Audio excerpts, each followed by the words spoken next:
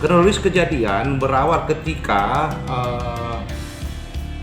pengendara roda 2 melakukan freestyle atau mengendarai kendaraan sambil mengangkat ban depan kendaraan tersebut.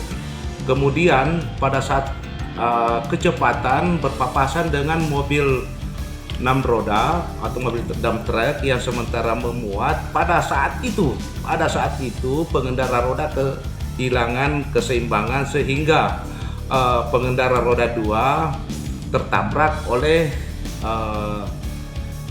mobil truk atau dump truck. Berarti kondisinya korban dia tergilas ya di oleh mobilnya.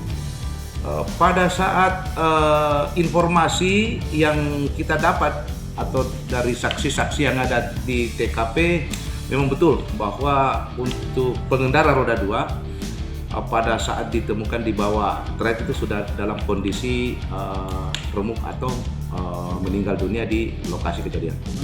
Langkah lanjut selanjutnya. Untuk sementara ini Polrestabes sudah mengamankan barang bukti berupa roda 10 atau dump truck dengan motor, termasuk barang bukti yang lain ada di sekitar